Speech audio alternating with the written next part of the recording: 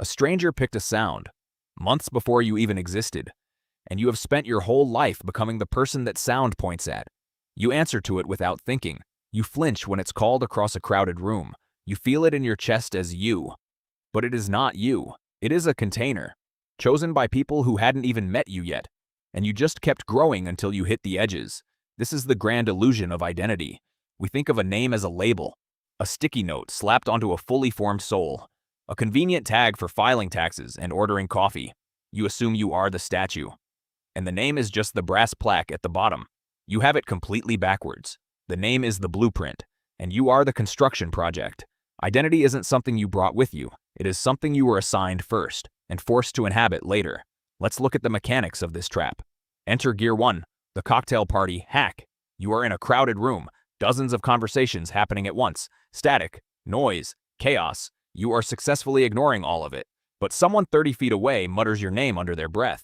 Your brain instantly isolates that exact frequency. It mutes the rest of the world and snaps your attention like a whip.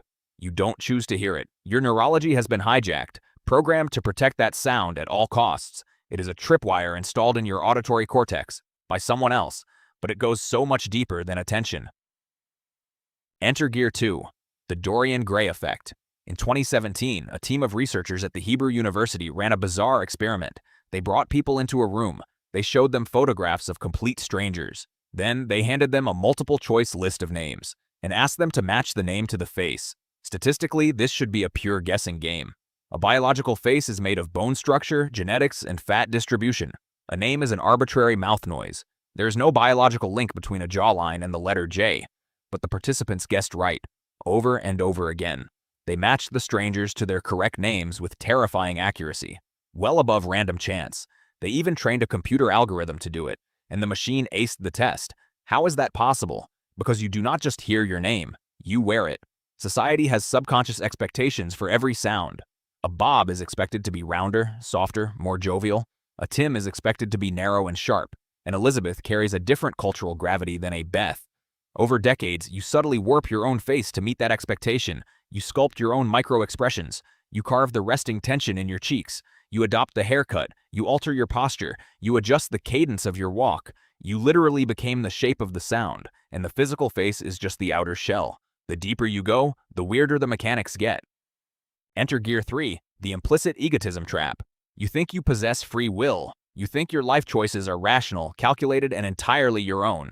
In 2002, researchers Pelham, Mirenberg, and Jones decided to test that assumption. They dug into massive archives of census records, looking for patterns in how people live. What they found broke the illusion of choice. You've heard the old myth that people named Dennis are drawn to dentistry. People named Lawrence become lawyers. People named Lewis move to St. Louis. Women named Virginia are drawn to the state of Virginia. Men named Philip move to Philadelphia. It sounds like a joke, but it is a statistically measurable flaw in the human operating system. We are subconsciously obsessed with the letters that make up our own label. We hunt for our own reflection in the outside world, and we anchor our lives to it. A compass needle spinning toward a magnetic north you didn't even know was there. Your career path, your zip code, the very trajectory of your survival, dictated by a combination of vowels chosen in a hospital waiting room before you could even open your eyes. You aren't charting a destiny, you are just chasing an echo. Now, push this logic to its absolute limit. Think about the runner-up, the alternate name, the one your parents argued over on the drive to the hospital and ultimately discarded. Enter Gear 4, the phantom timeline. Almost everyone has one. A name that was millimeters away from being permanently stamped onto your birth certificate. Hand yourself that different sound right now. Imagine waking up tomorrow and answering to it. If they had named you Arthur instead of Leo, if they had named you Eleanor instead of Chloe, according to everything we just learned, that person would not be you. That version of you would literally wear a different face. They would live in a different city. They would work a different job.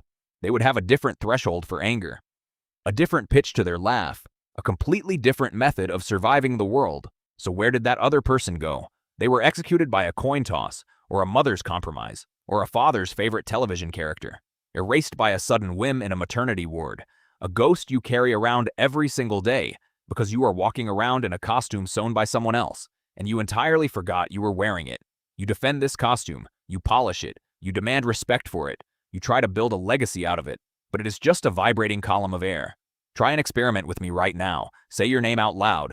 Don't just think it in your head. Speak it into the empty room. Now say it again and again. Say it 20 times in a row as fast as you can. Watch exactly what happens. Linguists call this semantic satiation. It is the sudden, jarring moment when a word completely loses its meaning.